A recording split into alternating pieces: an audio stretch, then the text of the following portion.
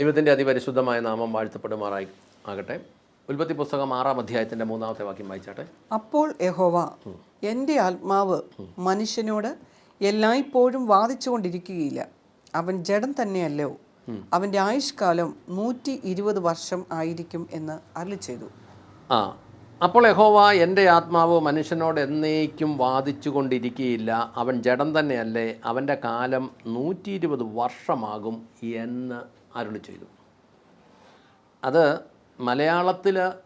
മലയാളത്തിലുള്ള തർജിമ ചെയ്യുമ്പം ആളുകൾ ഇതിൻ്റെ അങ്ങോട്ട് യഥാർത്ഥത്തിലുള്ള ദൈവവചനത്തിൻ്റെ അർത്ഥങ്ങളെല്ലാം മാറ്റിക്കൊണ്ടിരിക്കുക. സത്യത്തിൽ എല്ലാ മലയാളം ഭാഷയിലും ഇങ്ങനെയൊക്കെ തന്നെയാണ്. പക്ഷേ അത് ഒറിജിനലായിട്ടും കിടക്കുന്നത് എൻ്റെ ആത്മാവ് എന്നേക്കും മനുഷ്യനോട് വാദിച്ചുകൊണ്ടിരിക്കുകയില്ലെന്നല്ല, മനുഷ്യനോട് പോരാടിക്കൊണ്ടിരിക്കുകയില്ലെന്നാണ് അതിനർത്ഥം എഴുതിയേക്കുന്നത്. ഇംഗ്ലീഷ് ബൈബിൾ എഴുതിയേക്കുന്നത് and the Lord said my spirit shall not strive with man for ever എന്നാണ്. എന്ന് പറഞ്ഞാൽ സ്ട്രൈവ് എന്നാണ് എഴുതിയേക്കുന്നത്. സ്ട്രൈവ് എന്ന വാക്കിൻ്റെ ഇംഗ്ലീഷ് വാക്കിൻ്റെ അർത്ഥം പോരാടുക, കഠിനമായി പരിശ്രമിക്കുക, യത്നിക്കുക എന്നൊക്കെയാണ്. ശരിക്കും അത് ഒറിജിനൽ പുസ്തകങ്ങളിലൊക്കെ അല്ലെങ്കിൽ മൂലഗ്രന്ഥങ്ങളിലൊക്കെ അത് എഴുതിയേക്കുന്നത് പോരാടുക എന്ന് തന്നെയാണ്. പോരാടുക എന്ന വാക്ക് വാദിക്കുക എന്നാക്കി മാറ്റി. തർജിമ ചെയ്ത് വന്നപ്പം അത് വാദിക്കുക എന്നങ്ങോട്ട് വളരെ ലളിതമാക്കി. പോരാടുന്നത് പരമാവധി ശ്രമിക്കുക, വാദിക്കുക എന്നുള്ളത് അങ്ങനെയല്ല, അത് പരമാവധി വാദിച്ചു നോക്കും എന്നുള്ള ഒരു അർത്ഥത്തിലേക്ക് അതിൻ്റെ എല്ലാ അർത്ഥങ്ങളും മാറിപ്പോയി. ഇതിനകത്ത് നമ്മളിതെല്ലാം കൂട്ടി വായിക്കുമ്പോൾ ഒരു കാര്യം മനസ്സിലാക്കാം. മനുഷ്യൻ്റെ ഭൂമിയിലെ ജീവിതം ഒരു പോരാട്ടമാണ്. ഉറപ്പാണ്. ജനിക്കുന്ന അന്ന് മുതൽ മരിക്കുന്ന അന്ന് വരെ മനുഷ്യ ജീവിതം ഒരു പോരാട്ടമാണ്. ഏതൊരു മനുഷ്യനെയും നയിക്കുന്നത് ഒരാത്മാവോ ഒന്നിലധികം ആത്മാക്കളോ ഉറപ്പായിട്ടും അതാണ്. ഈ ആത്മാവ് അല്ലെങ്കിൽ ആ സ്പിരിറ്റ് പ്രവർത്തിക്കുന്നത് ബുദ്ധിയിലാണ്. ബുദ്ധി നമ്മളതിൻ്റെ ശാരീരിക വശം പറഞ്ഞാൽ തലച്ചോറാണ്, ബ്രെയിനാണ്. ഇച്ചിലൂടെ ആത്മീയ അങ്ങോട്ട് ആഴമായി പറഞ്ഞാൽ അത് മനസ്സാണ്. ഈ മനസ്സിനെ നിയന്ത്രിക്കുന്ന സ്പിരിറ്റ് എന്ന് പറയുന്നത് ഏത് മനസ്സിനെയും ഏത് തലച്ചോറിനെയും ഏത് ബുദ്ധിയെയും നിയന്ത്രിക്കുന്ന ഒരു ആത്മാവ്, ഒരു സ്പിരിറ്റ് ജീവനാണ്. ജീവൻ ആത്മാവാണ്. ജീവൻ എങ്ങനെയാണ് സ്പിരിറ്റ് ആകുന്നത്, ആത്മാവാകുന്നത് എന്ന് ചോദിച്ചാൽ നമുക്കിപ്പോൾ മനസ്സിലാകും. സ്പോർട്സ്മാൻ സ്പിരിറ്റ് എന്ന് പറഞ്ഞാൽ അതൊരാത്മാവാണ്. അതെല്ലാവർക്കും ആ ഒരു സ്പിരിറ്റ് ഇല്ല. കായിക മത്സരങ്ങളോട്, കലാമത്സരങ്ങളോട്, അങ്ങനെ ഓരോന്നിനോടും ഒരു താല്പര്യം വരുത്തുന്ന ഒരാത്മാവ്. ചിലർ ബോഡി ബിൽഡിങ് ഭയങ്കര താല്പര്യമുള്ളവരാണ്, അവരിൽ ആ ആത്മാവാണ്, ആ സ്പിരിറ്റാണ്. ചിലർ എഴുത്തുകാരാണ്, ചിലർ ചിന്തകരാണ്, ചിലർ സിനിമ, അവരെ എല്ലാം നയിക്കുന്ന ഒരു സ്പിരിറ്റ്. ഈ ഡ്രം കാർഡ് സ്പിരിറ്റ് എന്ന് പറയും, ചീട്ട് കളിക്കുന്നവർ. ഇതെല്ലാം ഇതിൻ്റെ സ്പിരിറ്റുകളാണ്. ഒരിക്കൽ ഒരു സഹോദരിയുടെ ഭർത്താവ് ഭയങ്കര ചീട്ടുകളിക്കാരനായിരുന്നു. ആ പ്രശ്നം പറഞ്ഞു തീർക്കാൻ വേണ്ടി ഈ ഭർത്താവിൻ്റെ ഈ സഹോദരിയുടെ അപ്പം വന്നു. വലിയൊരു മഴക്കാലത്താണ് വന്നത്.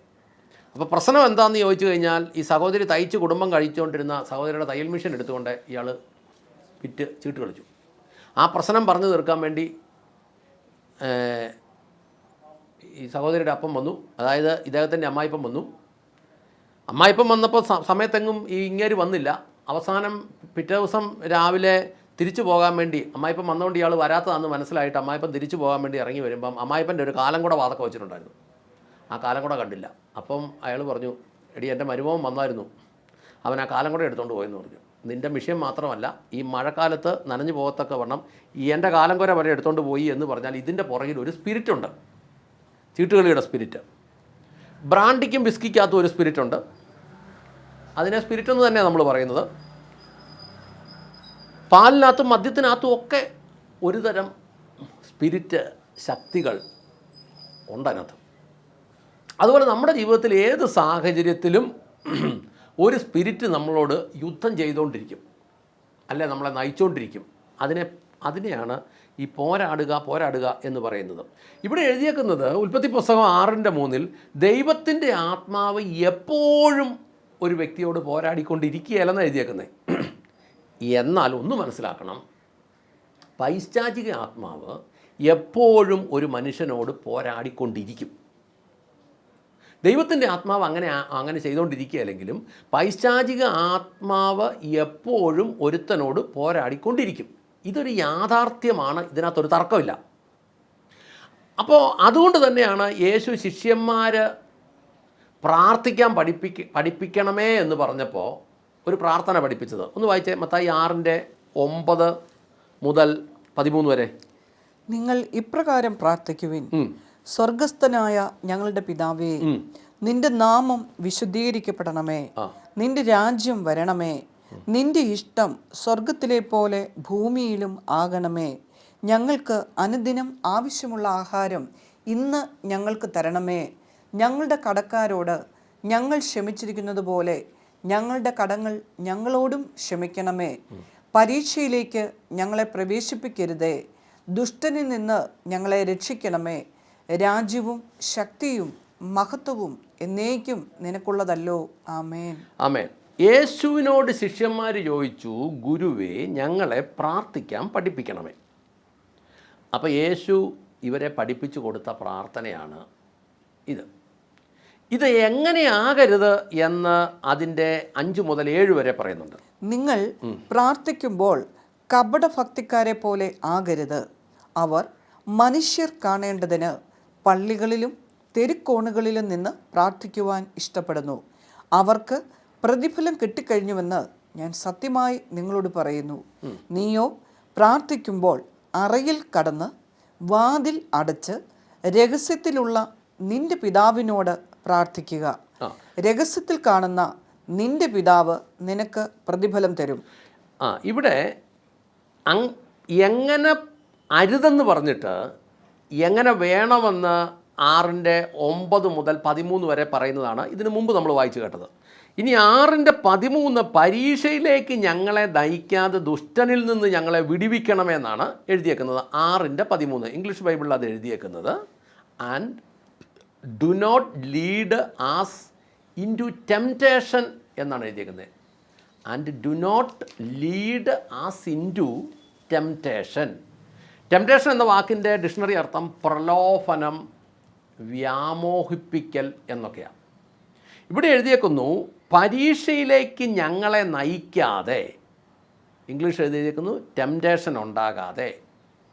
പ്രലോഭനം, വ്യാമോഹം എപ്പോഴാണ് വരുന്നത്, അല്ലെങ്കിൽ എവിടെ നിന്നാണ് വരുന്നത് എന്ന് ചോദിച്ചാൽ, ഈ ടെംപ്റ്റേഷൻ കൊണ്ടുവരുന്നവൻ്റെ പേര് ടെംപ്റ്റർ എന്നാണ്, പ്രലോഭിപ്പിക്കുന്നയാൾ. അത് മത്തായി 4:3. മത്തായി 4:3 വായിച്ചേ. അപ്പോൾ പരീക്ഷകൻ അടുത്തു വന്ന്, നീ ദൈവപുത്രനെങ്കിൽ ഈ കല്ല് അപ്പമായി തീരുവാൻ കൽപ്പിക്കുക എന്ന് പറഞ്ഞു. ആ പരീക്ഷകന്റെ പേരാണ് ടെംപ്റ്റർ. ടെംപ്റ്റർ എന്ന് പറയുന്നത് പ്രലോഭിപ്പിക്കുന്നയാൾ എന്നാണ് ഡിക്ഷണറി അർത്ഥം. അതിൻ്റെ ബ്രാക്കറ്റിൽ സാത്താൻ എന്ന് എഴുതിയിട്ടുണ്ട്. ടെംപ്റ്റർ കൊണ്ടുവരുന്നതാണ് ടെംപ്റ്റേഷൻ, പ്രലോഭനം. എന്നാൽ നമുക്ക് അവിടെ പരീക്ഷകൻ എന്ന് എഴുതി നശിപ്പിച്ച് കളഞ്ഞു മലയാളം. ഈ പരീക്ഷകൻ എന്ന് പറഞ്ഞാൽ നമ്മൾ ഈ സ്കൂളിലൊക്കെ പരീക്ഷ എഴുതുന്ന ആൾ പ്രലോഭകനല്ല. അതിൻ്റെ മലയാളം പരിശോധകൻ എന്നാണ്. പരിശോധകൻ എന്നതിൻ്റെ ഇംഗ്ലീഷ് വാക്ക് എക്സാമിനർ. പരിശോധകൻ എന്നതിൻ്റെ ഇംഗ്ലീഷ് വാക്ക് എക്സാമിനർ. പക്ഷേ ഇവിടെ എഴുതിയേക്കുന്നത് പ്രലോഭകൻ, പരീക്ഷകൻ എന്ന. പരീക്ഷകൻ എന്നതിൻ്റെ ഒറിജിനൽ വാക്ക് ടെംപ്റ്റർ എന്ന. ഈ ടെംപ്റ്റർ എന്ന് പറഞ്ഞാൽ പ്രലോഭിപ്പിക്കുന്ന ആൾ എന്ന് പറഞ്ഞാൽ സാത്താൻ. സാത്താൻ കൊണ്ടുവരുന്നതാണ് ടെംപ്റ്റേഷൻ. കർത്താവ് പറഞ്ഞത് എന്നാന്ന് ചോദിച്ചാൽ, ടെംപ്റ്റർ പ്രലോഭിപ്പിക്കുന്നവൻ സാത്താൻ, ടെംപ്റ്റേഷൻ കൊണ്ടുവരും എന്ന് പറഞ്ഞാൽ പ്രഷറുണ്ടാകും, ഞെക്കൽ. അതിൻ്റെ അർത്ഥം ഞെക്കൽ, അസ്വസ്ഥത, സമ്മർദ്ദം, ഭാരം, ക്ലേശം, തിടുക്കം, സ്വൈര്യക്കേട്, നിർബന്ധിതമാക്കുന്ന, നിർബന്ധം കാട്ടുന്ന, സ്വാധീനം എന്നൊക്കെയാണ് ഈ പ്രഷറിൻ്റെ അർത്ഥം. അപ്പോൾ കർത്താവ് പഠിപ്പിച്ചത് എന്താണെന്നറിയാവോ? ഈ പ്രഷർ ഉണ്ടാക്കുന്നവൻ്റെ പരീക്ഷണത്തിൽ, ടെംപ്റ്ററുടെ പരീക്ഷണത്തിൽ ടെംപ്റ്റേഷൻ ഉണ്ടാകാതെ ഞങ്ങളെ കാക്കണമെന്ന്. ഞാൻ ഉറപ്പായിട്ടും പറയാം, കേരളത്തിലെ വിശ്വാസ സമൂഹം, ഏത് പെന്തക്കോസ് വിഭാഗവും ന്യൂജൻ വിഭാഗവും, അവർക്ക് ഏറ്റവും വെറുപ്പുള്ളൊരു പ്രാർത്ഥനയായത്. യേശു പഠിപ്പിച്ചതുകൊണ്ട്, ഇവർ യേശുവിനേക്കാളും വലിയ ആൾക്കാരായതുകൊണ്ട് ഇവർ ഈ പ്രാർത്ഥനയോട് ഇവർക്ക് വെറുപ്പായതുകൊണ്ട് ഇവരുടെ അണികളെ ഇത് പഠിപ്പിക്കുന്നുമില്ല, ഇവരത് ചെല്ലുന്നുമില്ല. അതുകൊണ്ട് തന്നെ ടെംപ്റ്റേഷനും പ്രഷറും ഇവർക്ക് ധാരാളമായിട്ടുണ്ട് താനും. എന്നാൽ പൗരോഹിത്യ മതങ്ങളിൽ ഇത് നിർബന്ധമായിട്ട് ചെല്ലുന്നതുകൊണ്ട് അവർക്ക് ഒത്തിരി മേഖല വിടുതലുമുണ്ട്. അങ്ങനെയാണെങ്കിൽ ഇതിൻ്റെ പ്രാധാന്യം ജനം മനസ്സിലാക്കട്ടെ എന്ന് നമുക്ക് പ്രാർത്ഥിക്കാം. സ്വർഗസ്ഥനായ ഞങ്ങളുടെ നല്ല പിതാവേ, ഞങ്ങളുടെ കർത്താവായ യേശു ക്രിസ്തുവേ, പരിശുദ്ധാത്മാവായ ഞങ്ങളുടെ നല്ല ദൈവമേ, യേശു പഠിപ്പിച്ചതിലും വലിയ ഗുരുക്കന്മാരുള്ള ഈ കാലഘട്ടത്തിൽ, പരിശുദ്ധാത്മാവിനെ പോലും പഠിപ്പിക്കുന്ന വലിയ പണ്ഡിതന്മാരുള്ള ഈ കാലഘട്ടത്തിൽ, ഉപദേശം പറയുന്ന ഗുരുക്കന്മാരുള്ള ഈ കാലഘട്ടത്തിൽ, കർത്താവേ, എന്നെ ശ്രവിക്കുന്ന ഓരോ ജനത്തിൻ്റെയും ഹൃദയം തുറക്കണമേ. ടെംപ്റ്റർ കൊണ്ടുവരുന്ന ടെംപ്റ്റേഷൻ മൂലമുള്ള പ്രഷറുകൾ ഒഴിവാകാൻ സാത്താൻ്റെ പരീക്ഷണത്തിൽ പെടുത്തരുതേ എന്ന് അങ്ങയുടെ ജനത്തെ ഓരോരുത്തരെയും ഗ്രഹിപ്പിച്ചു കൊടുക്കണമേ. അതിനുവേണ്ടി അങ്ങ് പഠിപ്പിച്ച പ്രാർത്ഥന ദിവസവും പലതവണ അങ്ങയുടെ സന്നിധി പ്രാർത്ഥിക്കുവാൻ എന്നെ ശ്രമിക്കുന്ന ഓരോരുത്തരെയും അനുഗ്രഹിക്കണമേ, അതിന് ഹൃദയം തുറന്നു കൊടുക്കണമേ എന്ന് പ്രാർത്ഥിക്കുന്നു. അങ്ങ് പ്രാർത്ഥന കേട്ട് അനുഗ്രഹിച്ച കൃപയ്ക്ക് നന്ദി. യേശു ക്രിസ്തുവിൻ്റെ ധന്യമുള്ള നാമത്തിൽ തന്നെ. ആമേൻ, ആമേൻ, ആമേൻ.